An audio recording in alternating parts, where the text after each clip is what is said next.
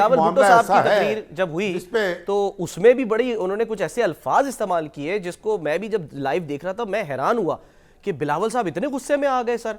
उन्होंने कहा क्या, जरा जरा आप भी जरा देखिए शामी साहब, क्योंकि बड़ा सख्त जुमला उन्होंने इस्तेमाल किया। वो अलग बात है कि बाद में उन्होंने कहा कि ऐसा नहीं कहना चाहिए था। जरा बिलावल साहब की बात सुन। फायदा क्या हुआ शामी साहब, उन्होंने जुमले कहे, बाद में खुद ही कह दिया स्पीकर से कि जी मुझे नहीं कहने चाहिए थे, लेकिन इस दौरान में गो जरदारी गो के जो है वो नारे मौका मिल गया लगाने के लिए अपोजिशन को।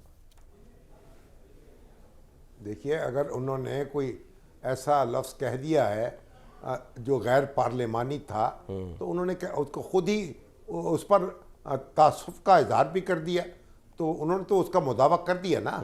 लेकिन बुनियादी बात यही है कि जब आप गुफ्तगू करते हैं, हमारे जो अरकान असम्बली हैं वो ऐसी बातें क्यों कहें जो हज़फ करनी पड़े, जिनको आप समझें कि उनके ऊपर लेबल लगाना पड़े कि बच्चे इसको ना देखें या बच्चे इनको ना सुने। तो ये भी तो होना चाहिए ना। हम ये तो कह रहे हैं कि इनकी हर चीज़ जो है नशर होनी चाहिए, और पीटीवी जो है उसने क्यों वो अपनी नशरियात रोक दी। ये अपनी जगह मामला है, लेकिन असल बात तो ये है कि आप ऐसी गुफ्तगू करें, सलीके से करें, इख्तलाफ करें, तनकीद भी करें, गम व गुस्से का इजहार भी करें, लेकिन ये तो मालूम होना कि जो लोग आप अवाम के नुमाइंदे हैं, आप उन लोगों में से हैं जो सलीके से बात कर सकते हैं, सलीके से अपनी राय का इजहार कर सकते हैं। तो ये सारी बातें हैं, पर मैं समझता हूँ कि अभी जो है थोड़ा सा इनको अलाउंस दे देना चाहिए, थोड़ा ठहराव आएगा और मामला बेहतर होते चले जाएंगे और ये ख़ुद भी अपने रवैये पे गौर करेंगे। लेकिन अभी देखें ना, अब तो आज मसला ये हुआ कि वो जो उनकी नशिस्तें हैं ख़वातीन की, वो भी उनको इलेक्शन कमीशन ने फैसला कर दिया कि उनको नहीं मिलेंगी। तो आप जाहिर है और ये कहा गया कि वो नशिस्तें जो हैं वो दूसरी जमातों में तकसीम कर दी जाए। उस पर हमने डिटेल से बात करनी है। आज जो कुछ मुतालबात हुए हैं, मुझे ये लग रहा है शामी साहब कि शायद आने वाले दिनों में जो सुप्रीम कोर्ट है वो बड़ी बिजी होने जा रही है, क्योंकि खालिद मकबूल सिद्दीकी साहब हैं, उन्होंने भी जनाब वो जो है वो वज़ीर आज़म से अपोजिशन के इल्ज़ामात पर जुडिशल कमीशन बनाने का मुतालबा कर दिया। फिर असद कैसर साहब हैं, वो कहते हैं जी साइफ़र के मामले पर जो है वो जुडिशल कमीशन बनाया जाए। बिलावल साहब का हमने सुन ही लिया कि वो कह रहे हैं कि जी जो है वो 9 मई के मामले पर जुडिशल कमीशन बनाया जाए।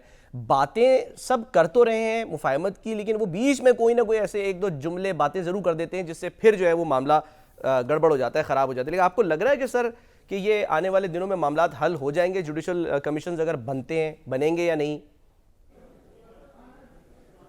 नहीं, अदालती कमीशन बने हैं आज तक, उनसे कौन से मसाइल हल हुए हैं?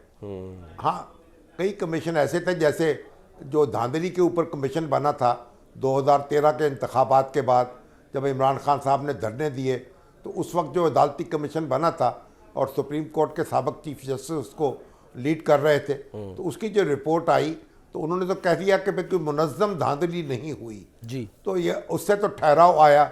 आप भी देखिए, जो साइफर का मामला है या अपोजिशन के दूसरे मुतालबात हैं, 9 मई का मामला है, तो ये सारे जो कमीशन हैं, अब कमीशन इस पर कितने बनाएंगे?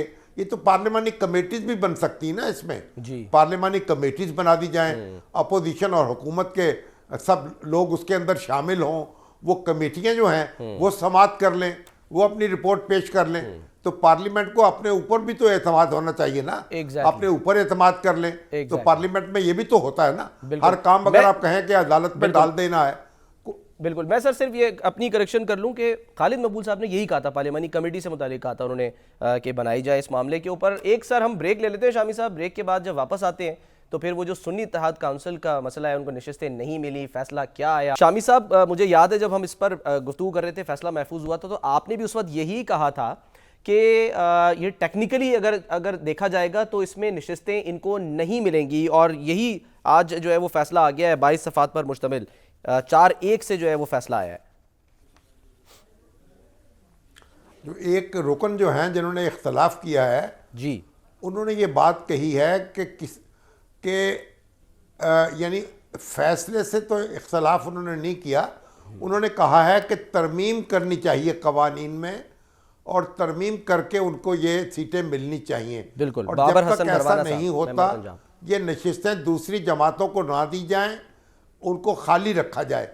ये एक बड़ी अच्छी तजवीज़ है और मैं बार बार इसको पेश कर चुका हूँ और अर्ज़ कर चुका हूँ कि जनाब ये कोई अगर कानूनी उलझन है तो उसका रफा कर दिया जाए और कौमी असम्बली जो है उसमें सारी जमातें मिलकर इसको तरमीम कर दें। इसमें अगर दस्तूर में तरमीम की ज़रूरत है तो वो कर सकते हैं, कानून में तरमीम की ज़रूरत है तो वो कर सकते हैं, लेकिन ये उस वक्त मुमकिन है जबकि दोनों मिलके बैठें और गौर करें। ठीक। और अब तो बहरहाल जो अक्सरियत का फैसला है उसमें तो कह दिया गया कि ये नशिस्तें इनको नहीं मिलेंगी और नशिस्तें दूसरी जमातों में तकसीम हो जाएंगी। जी, गोया दूसरी जमातों की नशिस्तें बढ़ जाएंगी।